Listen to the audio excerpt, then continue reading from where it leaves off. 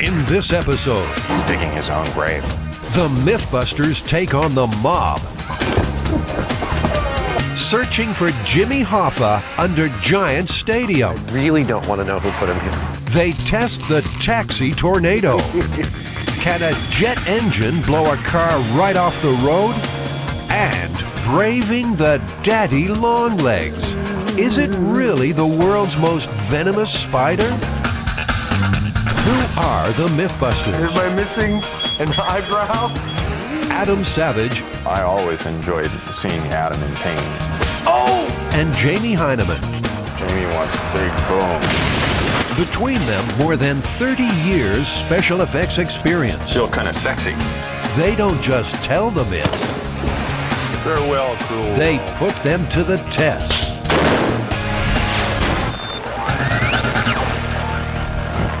Jimmy's supposed to be over here, right? Hey, slow down.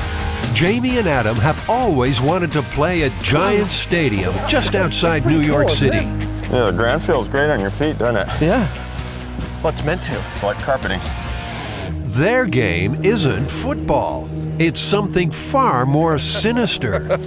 What are we here to do? We're looking for Jimmy Hoffa.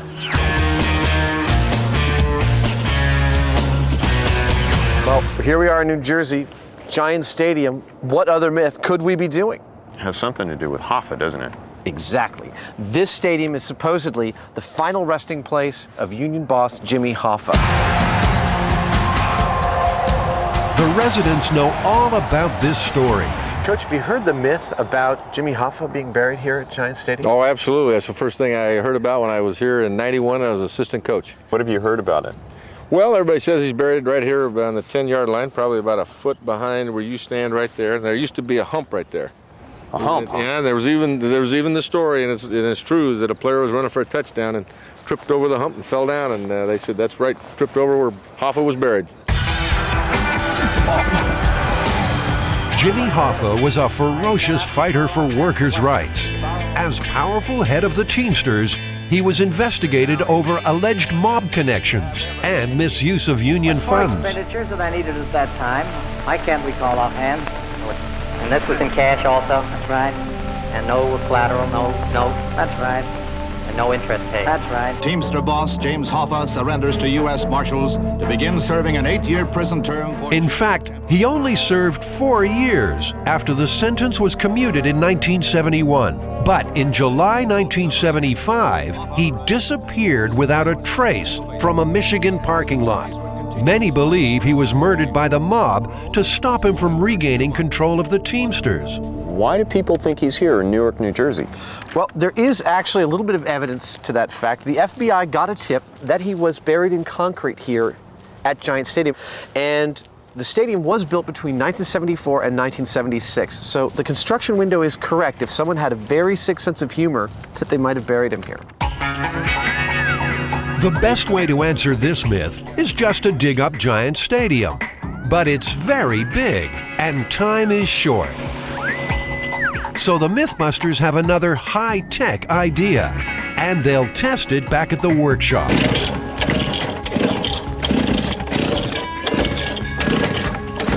They're a little out of practice. To replicate this myth, first up they're digging a hole in the concrete, big enough to conceal a body. You know, something tells me today is going to be really unpleasant. Adam doesn't know it yet, but he's digging his own grave. What's that? What? Nothing. The guys have already learned one thing: it's hard work hiding a body. The guys that buried Jimmy Hoffa, wherever that might be, were probably doing it in the middle of the night, and they were probably a little bit more preoccupied about what they were doing than we are. Jimmy Hoffa's murderers may have had a backhoe. I mean, we're talking about the East Coast mob. Right now, Adam would kill for a backhoe. But things are about to get worse. Gloves, get your Tyvek suit on. For the next part of this test, they need a body or two. The idea came from another MythBusters misadventure. involving a Corvette and a deceased pig. Oh, God. This is horrifying. Yes, it's Porky's return. Oh, I can definitely smell it through the mask. It's pretty rank. These guys died of natural causes down on the farm, but their final resting place is entirely unnatural. And the flies are buzzing all over them bad boys. You've got to feel sorry for PJ. He's just delivering the cement. Yeah. So, PJ, specifically, have you ever heard about the fact that Jimmy Hoffa is supposedly buried in concrete? I've heard that he's buried on the 50-yard line at the Meadowlands. He disappeared so smooth and so clean. I don't think you'll ever find a trace of him. And the fact that everybody feels that he's buried there, he's probably long gone. Cut it, cut it, cut it. The MythBusters will try the same vanishing trick with the pigs. Isn't that good? Stop.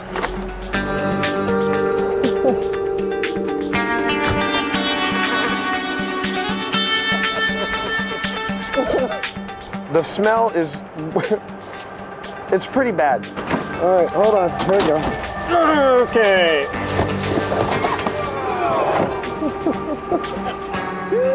What? That stinks. Everyone here and everyone for 5 miles downwind is hoping PJ's cement will seal in that smell. How long for this to set? Not long. Those gases might seep and escape while this mud is hardening up. I swear I think I can smell it through the concrete. Oh, hello. Its smell bubbles up as if to say, hello. The quicker they dig in, the quicker the smell will go away, or so they hope. That ought to do.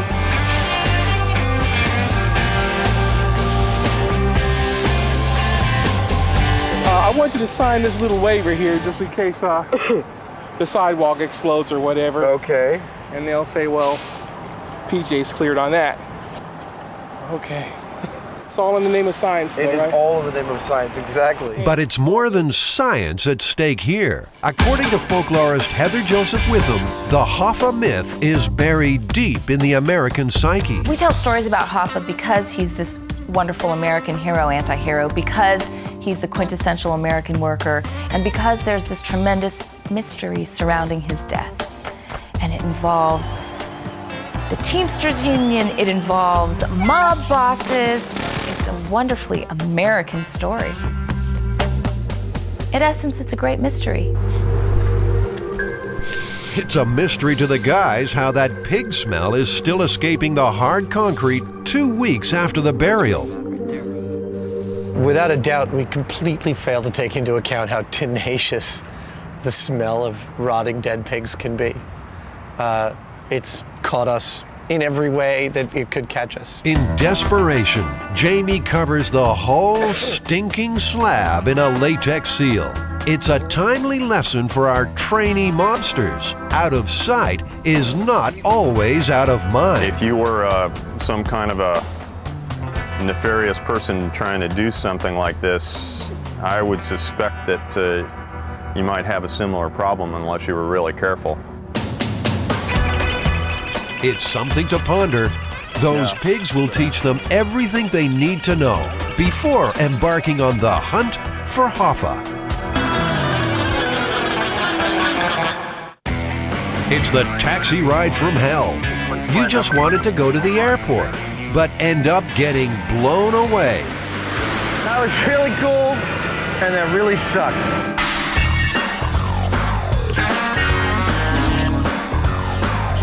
The story goes that at the Rio de Janeiro airport, there is a road that runs right behind their main runway.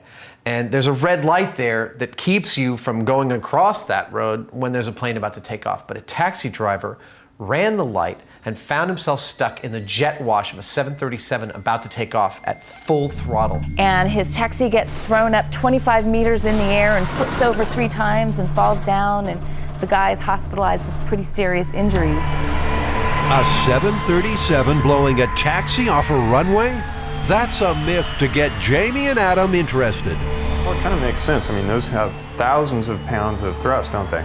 Apparently they do. This is what's coming up for us to test.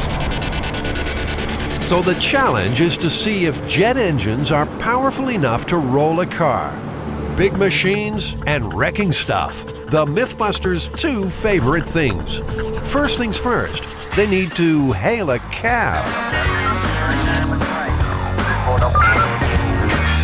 Here you've got a cab for sale. Yeah, we do. It's a 1999 Chrysler or a Dodge Intrepid. Sure, the MythBusters plan to destroy this cab, but no one wants a lemon. Is it okay if we drive it around the lot once? Well, yeah, just don't leave the lot. Okay. It would be quite an elaborate way to steal a car, wouldn't it? Bring your own camera crew. Yeah. $900, not bad for a 3-year-old car. What do you guys want them for? Well, have you ever heard the myth about the airplane that started up its jets and blew a taxi off the runway? Nope. Well, that's what we're going to do. We're going to try and get a jet to blow this thing around and see whether it actually works or not. Hey, as long as the price is right, you guys can do anything you want. $900 seems a small price to pay for this level of destruction. I got taxi receipts for the next 10 years. Oh yeah. Proud owners of a stylish new set of wheels, the MythBusters now have some pretty serious modifications to make. We need to rig the car for remote control because we are going to be driving it behind a jet airplane as it takes off. And what it'll do to this car is going to be pretty impressive, I believe, and I don't want to be inside there when it happens. So, they're creating a full-size, remote-controlled taxi. But there's an annoying speed bump that develops on the way. Okay. Who'd have thought? Cheap car, dud battery. Well, it seems that you have to take the car tire off to change the battery. I mean, what is the point? It's probably because somebody built the damn thing in a computer and doesn't have any sense. Piece of crap. While Jamie curses all things modern, over in the art department, everything's sweetness and light. I'm making a stencil so that we can stencil our taxi cab with the MythBusters Taxi Company logo. We're going to spray this on the front of the car and on the hood and on the sides of the car.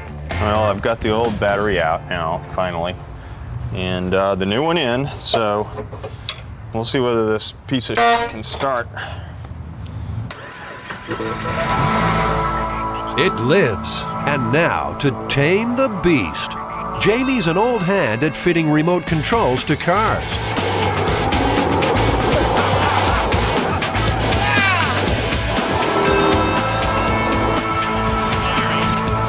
In fact, he gets quite a kick out of it. For this job, he'll need remote control of the accelerator, brakes, and steering wheel. There'll be 3 controls, and I'll be able to operate this car from, I don't know, a couple thousand feet away or something. First up, the throttle. We simply removed the cable from the cruise control and have hooked it up to this little servo here with a special fitting that I make for this very purpose. That little motor will pull the throttle cable when Jamie gives the order. Jamie's got a lead thumb.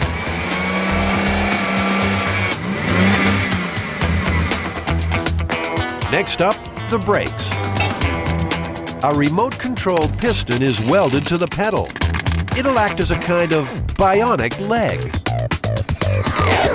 When you're welding, you can't really see other things that are going on around you. You know, you can see the weld okay, but not little bonfires that happen to be starting right all around you. While Jamie plays fireman, Adam is moonlighting as a sign painter.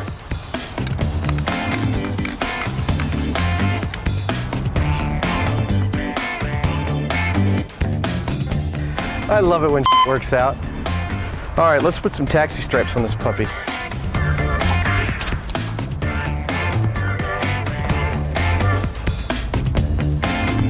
I think Jamie and I should drive around and pick people up. With nobody in the front seat.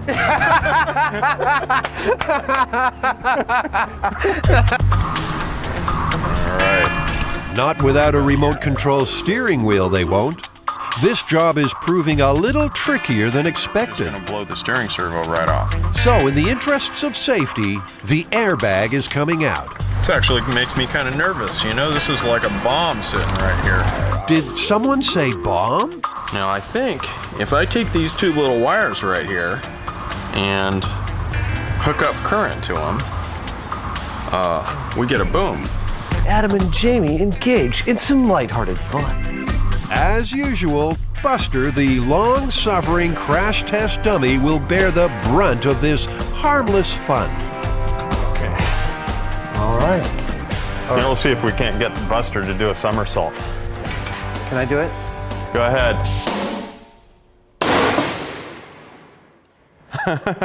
Oh well. I'm thinking that I'm just going to sock this pulley right onto the two holes that are centered on this steering wheel. When I'm done, this will stay rigid and the steering wheel will turn, like so. Nothing to it, really. Seems like it's working. Another Heinemann triumph. Sometimes he makes things look a little too easy. Adam's got another bone to pick. There's a reason I wear black, so I can get really dirty and it's harder to tell. Jamie is wearing a white shirt. His hands look like he's a coal miner, and I'm having trouble spotting a stain on the damn shirt. It just makes me want to shake his hand and then slap it on his chest. So they finished their magic taxi, and now it's time to take it on a road trip to destruction. Of course, no adventure is complete without the forgotten MythBuster. Buster's got to get dressed and get in the cab so we can go, and we're all waiting on Buster. He's not luggage, he's the star of the show. Okay, well then, that means that every time we move the car, we have to remove Buster. No, he doesn't go in, he can go in the passenger seat, that's all, the passenger seat. Okay. He seems a little reluctant to come along for the ride. There you go. Jamie's much stronger than I am. I'd say he's unusually strong. Everyone knows this trip will end badly for the taxi, and probably Buster too. But undeterred, the MythBusters ride on, in search of a 737 jet willing to blow their car off the road.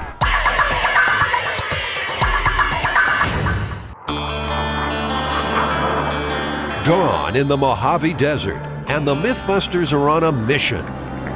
This is where America's airplanes come to die, or at least rest for a while. We're here at the Mojave Desert Airport at a storage facility where they keep jet airplanes when they're not in service. Even though it's 6 in the morning and I am not the greatest morning person alive, I'm in an airport salvage yard with huge husks of planes around me.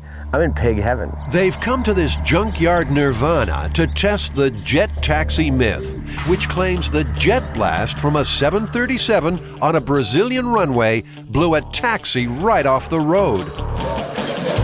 To the MythBusters, this seems a disaster worth recreating, so they've converted their very own taxi to remote control.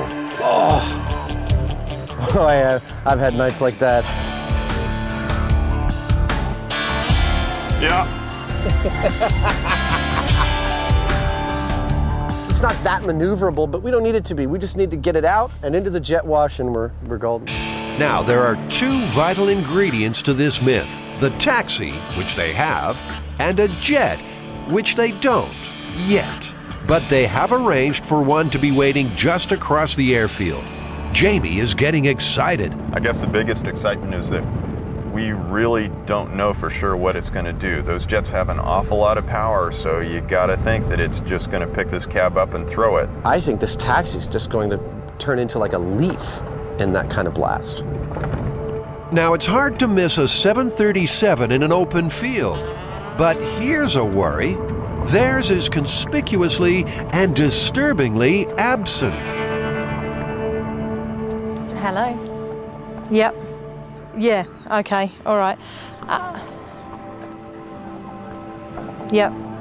The insurance company has decided the stunt could damage the aircraft and pulled the plug. The whole reason this is an issue is because we can't control, we don't know what the jet will do to the taxi. That there's no way in hell that taxi is going to do anything but go farther away from the jet. There will be no plane on the ground, and there is certainly no love in the air. That we got a yes yesterday and a no today. It's just like, it's driving me crazy. Here it comes. That's our plane, man. That was our destiny. Oh, that would have flipped our taxi. I want to see a taxi flip.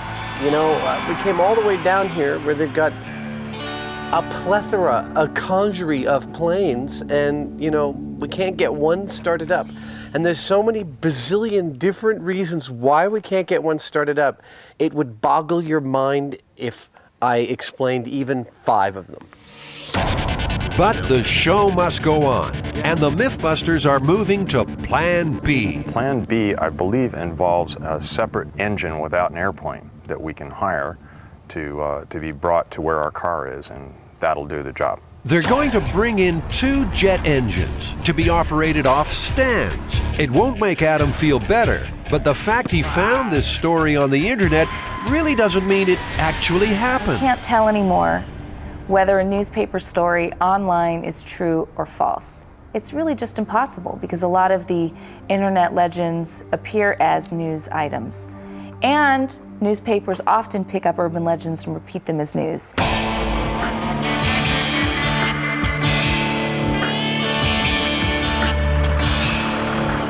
Early the next morning, the MythBusters' new grounded engines arrive. They're normally used to generate wind for movie special effects. These engines are turbojet engines, and they're at the nozzle, at the tailpipe nozzle, we have about 400 miles an hour as far as I could measure. Do you think we'll be successful today at flipping our taxi over? It's a difficult project. I have no idea. It should be interesting. The plan is to fire up the jet engines, then drive the taxi past at a range of 20 feet. That's where the combined blast should be the strongest. I wouldn't really want to be in the car when it goes by them, but I'm not so sure that it's going to be that dramatic.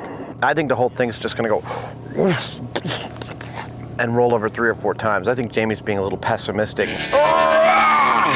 There we go. That's a good one. All right, Buster, you ready to fly? Let's go, start them up.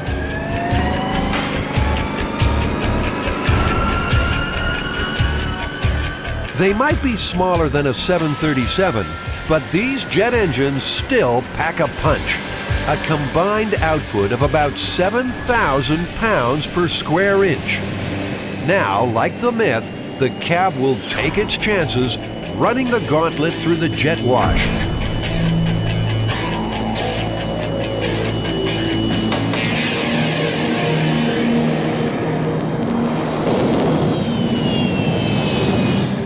It was a rough ride, but the cab didn't look like it was being flipped. It affected the car. Yeah, it made it wiggle a little bit. Whoa! It took the gasket out of the door. I gotta say, I was a little disappointed. And not only because Jamie was right and I was wrong. What we'll do this time is just park the car in the absolute optimal spot for the jets to hit them, and we'll let those guys aim them correctly, and we'll see what happens. The jet engines are moved in, closer to each other and closer to the car. Ready to go? Ready to go. Let's go. Let's get everyone going. Attention everybody, we are ready to go.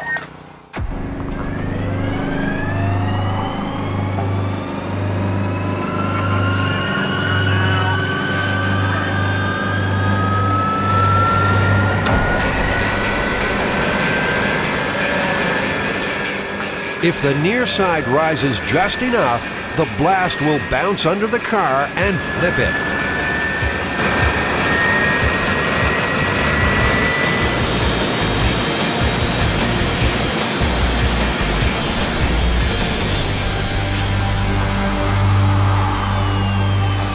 They have to abort early. This is a working airport, and debris is flying all over the runway. First, the taxi sign, then the front fender, the back fender, and the mirrors were taking off next. You know, that was cool and that sucked all at the same time. That was really cool and that really sucked. And here's an unexpected development. That's a hot car. Yeah, it was smoking. The blast from the jet engines has heated the car up. There's every possibility that we could set the car on fire. That got it really hot. The whole car was starting to smoke.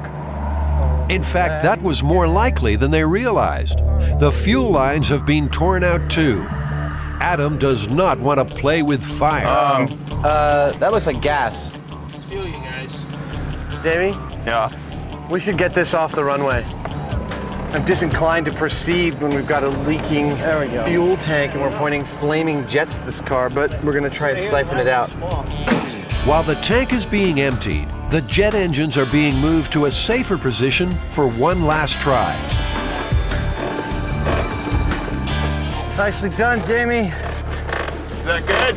Keep going, keep going. And a few modifications are made to help the taxi on its way.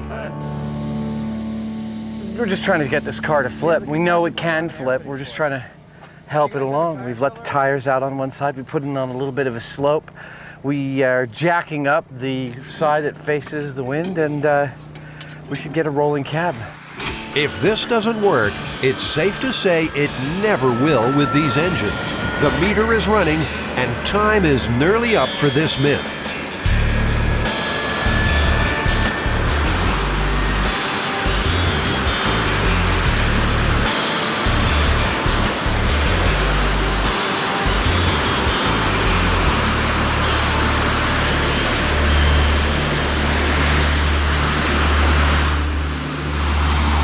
It's official, the flip is a flop.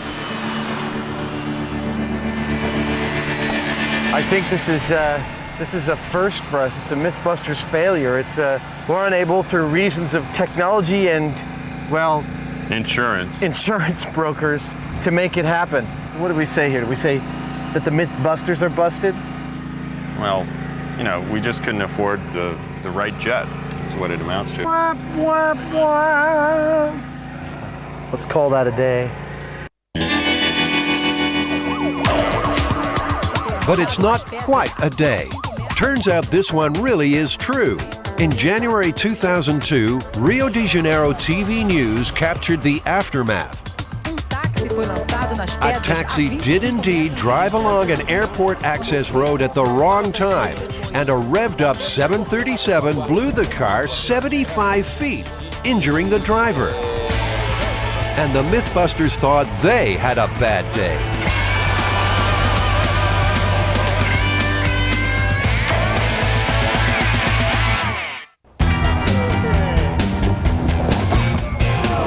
It's been several months since Jamie and Adam buried 2 pigs in concrete outside their workshop.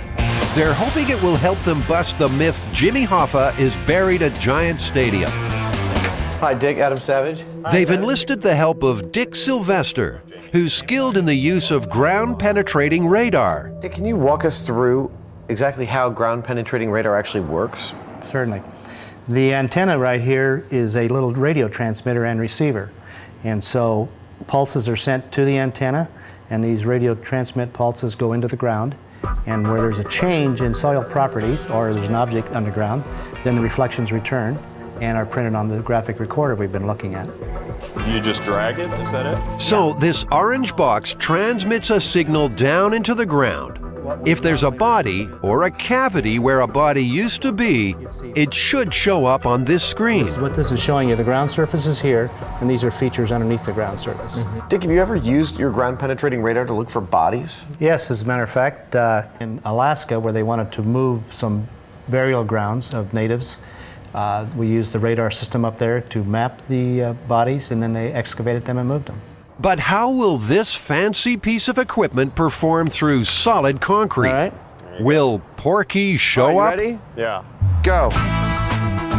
Jamie has to make a series of passes over the area. If I saw this, that would tell me that that's rebar in the concrete. And in fact, there are 4 lengths of rebar. There are. See? You can't hide that from me. All right, good. Yeah, we forgot about that. Another crossing, another reading, and sure enough, clear signs of the secret lurking beneath. But that's correct. What I'm seeing is here's a rebar. Yeah. And then I'm seeing this is very particular to the area, it looks like. This feature, which I don't see below, and I don't see above, and I don't see on either side, which leads me to believe. Yeah, so the white pattern here is a change in reflectivity characteristics. So it says you have some object there that's different than the dirt that we've been looking at on either side. Exactly. In the psychedelic readout of the monitor, it's hard to picture exactly what's going on down there. There's really only one way to find out, and it will not be pretty. We've got some pigs that have been in the ground for 5 months. We've seen what kind of profile they draw on the ground penetrating radar. And in our preparation to search for Jimmy Hoffa, the last step is to crack open the sidewalk and see what they look like down there.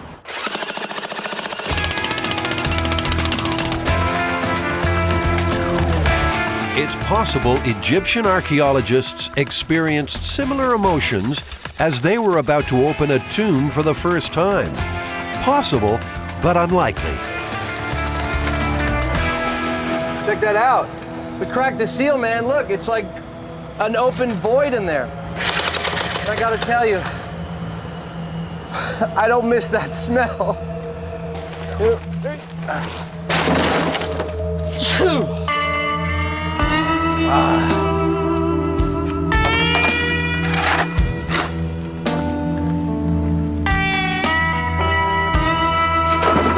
You know, Adam, I was kind of looking forward to this, but that first strong whiff, it's just, it's not fun doing this. It's just plain wrong. Wow, can you see that? Can you see, I see a pig, oh man, a pig-shaped armhole. Oh man. You know, I'm thinking maybe we take the night shot camera and put it down there instead of going down there ourselves. Okay. Oh! Well, let's get this cleared out. Irresistible curiosity is a cruel master. It's got the better of the MythBusters again. Put it in slowly. There we go. That's it. Go down farther and tilt up. Oh, that is disgusting. Sure, but he's still looking. Just a tiny bit. Oh, yeah, look at that. And to your left. Nicely done. Hey, Jamie. Yeah? I think we have determined one main thing that we wanted to know, which was that a decomposing body in concrete will form a cavity. Yeah, that's true. We've shown that. So that's exactly what we're going to look for with the ground penetrating radar. So, you know, our work is kind of done. We can just fill this in and we're ready to go. I won't argue about that. At last, they can put a lid on this rotten chapter for good. But they've learned what happens to a body buried in concrete. God, it doesn't smell anymore. And how to find it with a radar. The MythBusters are ready to begin the search for Hoffa. It's a myth to sink your fangs into. Arachnophobics need not apply. Oh, this is terrible.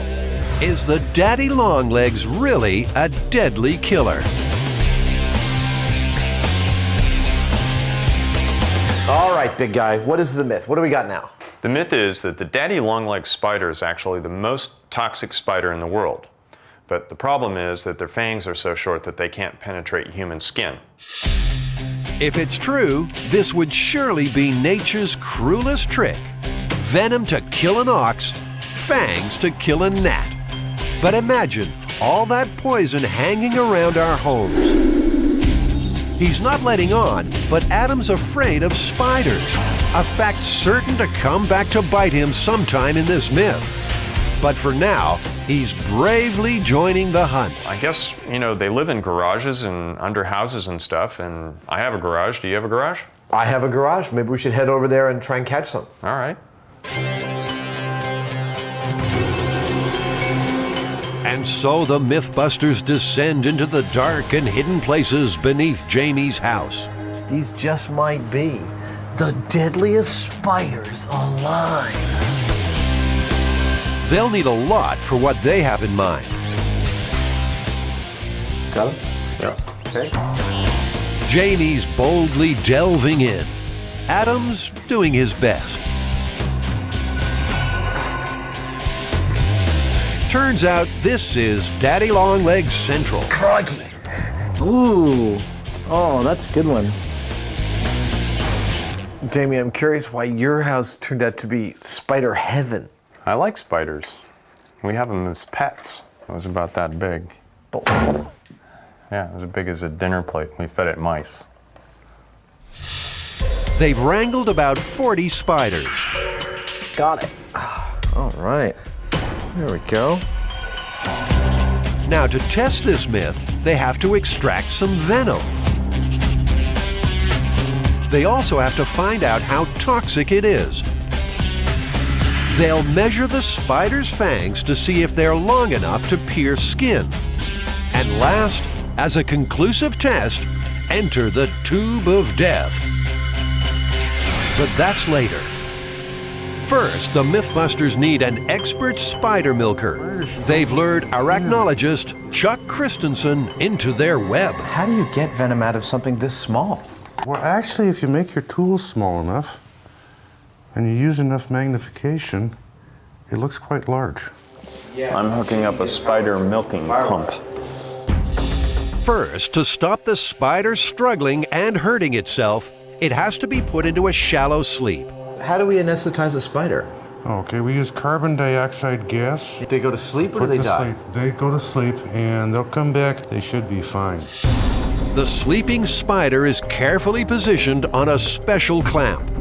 So we'll take the spider in, we'll put it, position it with the fangs on the opposite side of this.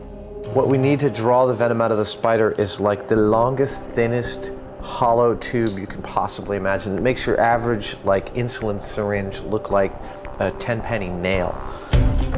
That's made by heating and stretching out the tiniest glass pipette until it's hair thin. Under a microscope, the tube is positioned near the fangs. Then a really clever trick. A tiny electric shock is delivered through the clamp, which induces the spider to produce venom. Okay, there's a little bit of venom coming out. Oh, I see it. There it is. Look at that. That's excellent. Okay, that's the venom we got right there. Excellent. So that's just a few nanoliters of venom, a few billionths of a liter of venom. Science in action. A few billionths of a liter of venom. It's a shame they're not doing this experiment with the Australian funnel web. They're cranky little guys, and by comparison, their fangs are venom fire hoses. It would take an awfully long time to get enough Daddy Longlegs venom to carry out a meaningful test. For one drop, we need about maybe 100, 200, 500 spiders, just for one drop of venom. A really good spider milker can work through 100 spiders an hour. It's a challenge no self-respecting MythBuster could pass up. So I take a sleepy spider. Can you see the fangs there? I can. Okay. Ooh, yeah. It's really hard working this small. You have to have a very steady hand. That's it. Oh, that's hard work. So there may be venom in there, there may not. As spider milkers, the MythBusters make good TV hosts. But how toxic is this venom? Chuck's research can help with that too. Under strictly controlled conditions, with a vet present, he's compared the impact of Daddy Longlegs venom and Black Widow venom on mice. The results were clear. With the Black Widow, we had a much stronger reaction. It was the same amount of venom, so clearly the Black Widow venom is much more potent. So we've already busted one part of the myth, at least, in that the Daddy Longlegs venom is not the most toxic in the world. The Black Widow venom is clearly more toxic. Exactly. The Black Widow is generally regarded as the most poisonous spider in North America. On the world stage, the Brazilian wandering spider takes the points, ahead of the funnel web. But that doesn't mean the guys are finished with the Daddy Longlegs myth. Well, I guess the only other thing now is to find out if the Daddy Longlegs can actually bite a human. And that would mean if the fangs are long enough and if they're powerful enough to stick it through human skin. our skin can be as thin as 1/10 of a millimeter. There's a fang right there. Oh, those are so tiny. Under the microscope, it's clear the fangs, though small, are longer than that. That's 1/4 of a millimeter. That's more than long enough to break through the dead layer of skin on an average person. A bunch of green links. Which leaves just one test left, a test of nerve in the tube of death. For arachnophobic Adam, it's his biggest nightmare. But urban legend is full of spider horror stories. There's a spider's nest in the woman's beehive, which was the fashionable hairdo of the day. And then the eggs hatch and kill the woman. Or you have someone who gets bitten on the face by a spider, but they think it's a mosquito bite or a pimple, and instead it fills up and gets bigger and bigger, and then it just bursts and all these little spiders go crawling all over her face and she dies. Adam's coming clean. I should perhaps mention at this point that I do suffer from a small amount of spider phobia, otherwise known as arachnophobia.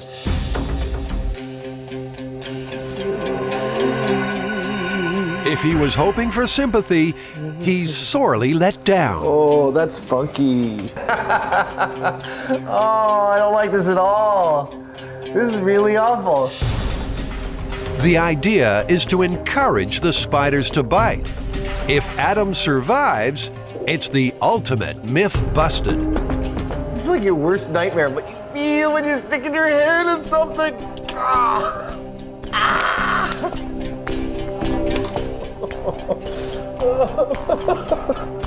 Oh, this is terrible.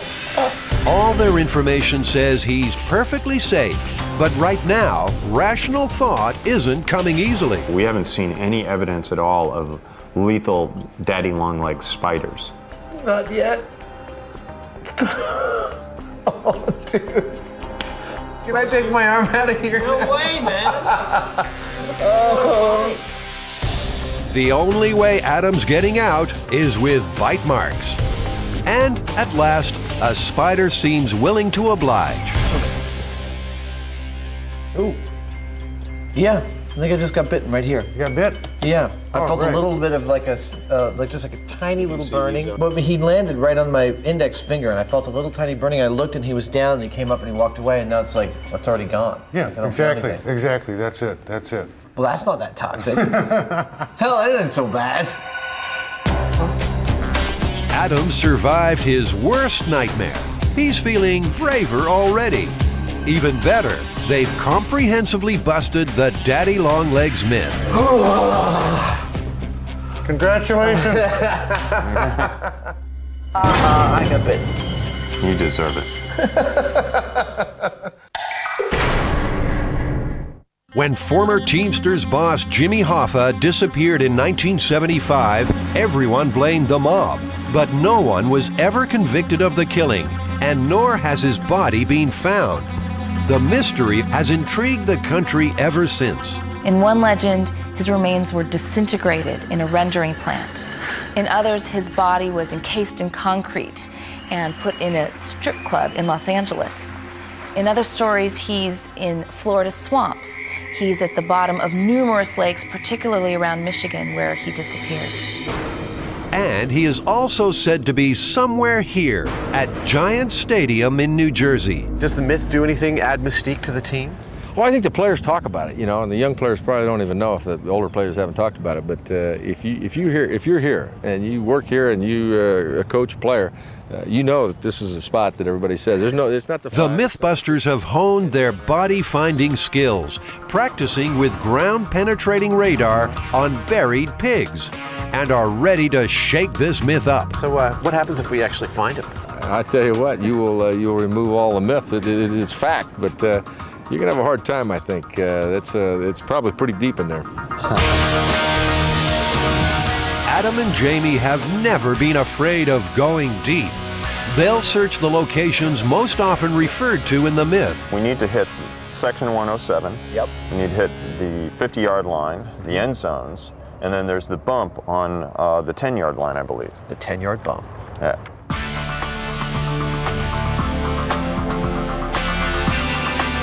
Everybody. Go. First, the 50-yard line. As Jamie drags the radar across the hallowed turf, Dick can see exactly what's happening in the mysterious soil beneath. Okay, target. It's where it should have been. It's all uniform. There's nothing buried here, but the system is working perfectly. So we would definitely be able to see like a big Jimmy Hoffa-shaped void in the structure on the concrete. Absolutely. That's correct. And we didn't see it. No, not yet. But they have just begun to search. The next target, Section 107.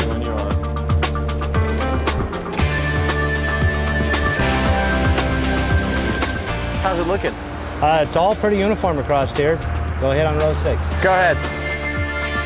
The MythBusters are doing a comprehensive sweep of all 41 rows.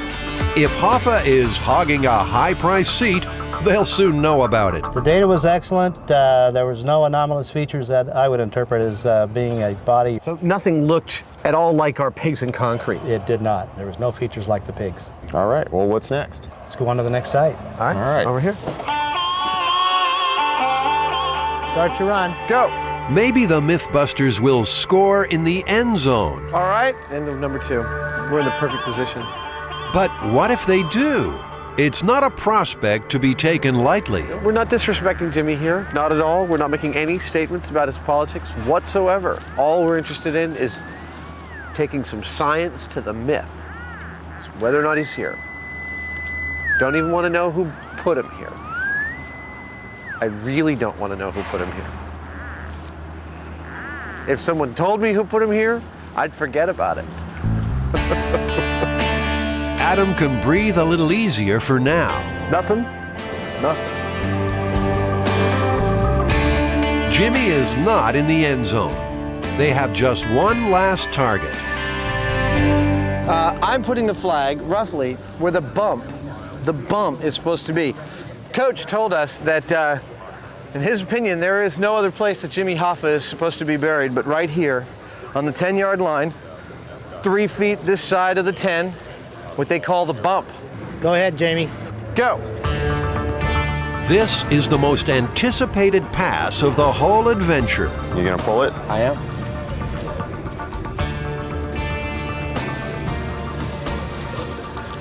Did you get anything there? Right here is where he went by the bump. Yeah. As you can see, it's pretty uniform all the way down through. The same as other stuff. Right. No bodies. There's nothing but testosterone, sweat, and desperation at the 10-yard line. The MythBusters have come up empty, but the Hoffa legend will live on. I think if MythBusters doesn't find anything at Meadowlands Stadium, it actually won't impact the legend or the belief at all. Don't you say that I'm a communist. He's so tied up in the fabric of what it means to be American that I imagine his legend will last for a very long time. But there is any... And don't use this as a sounding board for headlines for that purpose. The mystery of Hoffa's final resting place remains just that. But at least the MythBusters have shown for sure where he isn't. So what's the verdict? Well, we searched every one of the mythic sites at Giant Stadium. Section 107. Busted. The 50-yard line. Busted. The end zones. Busted. And the famous and notorious 10-yard bump. Busted. Jimmy Hoffa may be somewhere, but it sure as heck ain't here at Giant Stadium. I'd say we can go home calling this myth busted to kingdom come. Okay. Are you satisfied? I'm satisfied. Well, act satisfied. What do you want? I want to go home. I'll go home then. Shut up. Shut up.